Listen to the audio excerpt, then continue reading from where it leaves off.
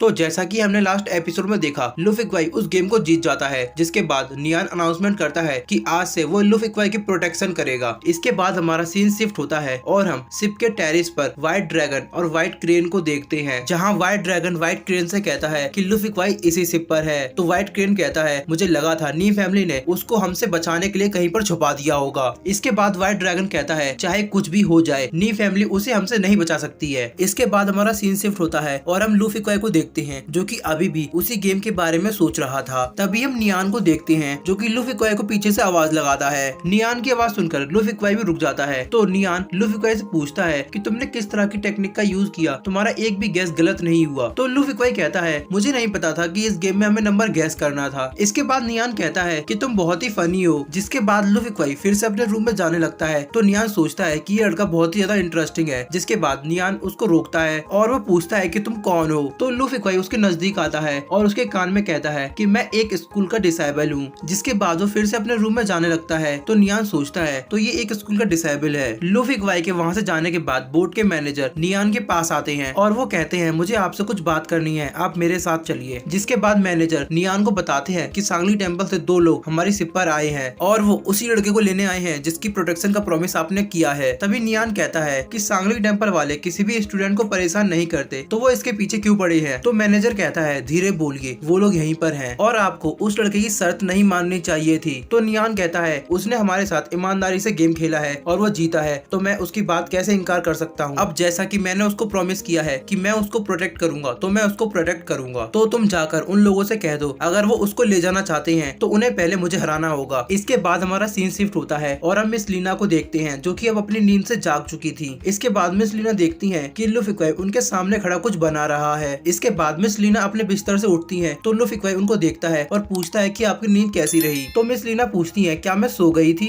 तो लुफिक्वाई बताता है कि आप तो रूम में आते ही सो गई थी। इसके बाद लुफिक्वाई अपने हाथ में एक बाउल लेकर मिस लीना के पास आता है और उनसे कहता है कि मैंने आपके लिए डिश बनाई है, आप इसे चेक करके बताएं कि ये कैसी है। जिसके बाद मिस लीना उस डिश को चेक करती हैं। तो लुफिक्वाई पूछता है, इसका टेस्ट कैसा है, क्या ये अच्छा है। मैंने ये डिश अपने गेम में जीते हुए प्राइज मनी से ली है। तो मिस लीना पूछती है कि किस तरह का गेम। तो लुफिक्वाई बताता है कि मैंने इस शिप के ओनर के साथ एक शर्त लगाई थी और मैं उस शर्त को जीत गया, इसीलिए अब हम इस शिप के खास मेहमान हैं और हमें किसी भी चीज के लिए पे करने की जरूरत नहीं है और इस शिप का ओनर हमारी प्रोटेक्शन करेगा, इसीलिए अब हमें किसी भी चीज से डरने की भी जरूरत नहीं है। और वो मिस लीना से कहता है कि जब आप इस डिश को खत्म कर देंगे तो हम लोग शिप में घूमने के लिए चलेंगे और मैं आपको दिखाऊंगा कि ये शिप कितनी ज्यादा ब्यूटीफुल और बड़ी है। इसके बाद हमारा सीन शिफ्ट होता है और हम एक स्टोरी टेलर को देखते हैं, जो कि सभी लोगों को एक कहानी सुना रहा था। ये कहानी एक सुहान नाम के मास्टर की होती है, जो कि सांगली टेम्पल का डिसेबल होता है, जिसने बहुत ही कम उम्र में बहुत सारे वॉरियर्स को हराया था। इसके बाद हम मिस लीना और लुफिक्वाई को देखते हैं, जो कि उसी ओर आ रहे थे और वो लोग एक टेबल पर बैठकर अपने लिए खाना ऑर्डर करते हैं। इसके बाद लुफिक्वाई उस स्टोरी टेलर की कहानी को सुनता है और वो मिस लीना को बताता है कि मैंने इस कहानी को पहले भी सुन रखा है। और वो खाना खाते हुए मिस लीना को उस कहानी के बारे में बताने लगता है। मिस लीना बड़े ही ध्यान से लुफिक्वाई की बातों को सुन रही थी। लुफिक्वाई मिस लीना को बताता है कि इस कहानी के बहुत सारे वर्जन्स हैं और मैंने वो सारी कहानी सुन रखी है। और मिस लीना लुफिक्वाई की बातों को सुनते हुए मुस्कुराती जा रही थी। इसके बाद वो स्टोरी टेलर मास्टर जी का नाम लेते हुए बताता है कि मास्टर जी ने किस तरह अपनी हाउस कीपिंग स्किल का यूज करते हुए इविल यूएन को खत्म कर दिया था। ये सुनते ही मिस लीना को काफी ज्यादा गुस्सा आ जाता है और वो वहाँ से उठकर जाने लगती हैं। तभी लुफिक्वाई भी उनके पीछे आते हुए बताता है कि ये सारी कहानी केवल बनाई हुई है, आपको इनके बारे में ज्यादा सोचने की जरूरत नहीं है। इसके बाद हमारा सीन शिफ्ट होता है और हम नियान को देखते हैं, जिसके सामने नारोमी खड़ी होती है। नियान नारोमी से पूछता है, क्या अभी तक मैनेजर वापस नहीं आए हैं। तो नारोमी बताती है कि अभी तक मैनेजर लौट कर नहीं आए हैं। तो नियान सोचता है, लगता है उन लोगों के बीच काफी लंबी बातें चल रही है। इसके बाद हमारा सीन शिफ्ट होता है और हम उस मैनेजर को देखते हैं, जो कि टेरिस पर व्हाइट ड्रैगन और व्हाइट क्रेन के साथ एक डील कर रहा था। जिसके बाद व्हाइट ड्रैगन मैनेजर से कहता है कि हमें उस लड़के को लौटा दो। तो मैनेजर उनको एक अवेकस दिखाता है और उनसे पूछता है कि सांगली टेम्पल में अभी गोल्ड का प्राइस क्या है। अगर हमारी नी फैमिली चाहे तो वो गोल्ड का प्राइस 30% तक बढ़ा सकती है और अगर हमारी नी फैमिली ऐसा करती है तो तुम्हारा सांगलिक टियानडाओ 3 महीने से ज्यादा सर्वाइव नहीं कर सकता है और तुम्हारा पूरा सांगलिक टियानडाओ भुखमरी से मारा जाएगा। मुझे पता है इससे तुम्हें ज्यादा फर्क नहीं पड़ेगा, लेकिन इससे तुम्हारे लैंड लॉर्ड को काफी फर्क पड़ने वाला है। तभी व्हाइट ड्रैगन कहता है, मुझे पता है तुम्हारे पास ये एबिलिटी है, लेकिन तुम्हारे अंदर इतनी हिम्मत नहीं है कि तुम इसका यूज कर सको। तो वो मैनेजर कहता है, इस पूरी शिप में केवल नी फैमिली का ही राज चलता है, वो चाहे तो कुछ भी कर सकते हैं। इसके बाद व्हाइट ड्रैगन अपने पावर्स का यूज करके उस मैनेजर की स्वॉर्ड निकालता है और उनके सामने कर देता है और उससे कहता है, देखो हम केवल यहाँ उन 2 लोगों को पकड़ने के लिए आए हैं जो तुम्हारी शिप पर छुपे हुए हैं। तो वो बताता है कि हमारे मास्टर ने इस शिप पर उनकी सुरक्षा करने का वादा किया है, इसीलिए जैसे ही वो लोग इस शिप से नीचे उतरेंगे आप लोग उनको पकड़कर ले जा सकते हैं, क्योंकि अगर आप लोगों ने इस शिप पर कुछ भी किया तो आप लोग नी फैमिली के दुश्मन बन जाएंगे। तो व्हाइट ड्रैगन मैनेजर की बात मान जाता है और उससे डील करता है कि मैं तुम्हें केवल 3 दिन दे रहा हूँ, अगर इन 3 दिनों में तुमने कुछ नहीं किया तो फिर मुझे ही कोई एक्शन लेना पड़ेगा। इसके बाद वो मैनेजर अपना अवेकस व्हाइट ड्रैगन को देता है, तो व्हाइट ड्रैगन उसके अवेकस को तोड़ देता है और कहता है मुझे ये बेकार की चीजें नहीं चाहिए, जिसके बाद व्हाइट ड्रैगन और व्हाइट क्रेन वहाँ से चले जाते हैं। इसके बाद हमारा सीन शिफ्ट होता है और हम मिस लीना और लुफी क्वाई को देखते हैं जो कि अभी भी बाजार में घूम रहे थे, लेकिन मिस लीना अभी भी काफी ज्यादा नाराज थी।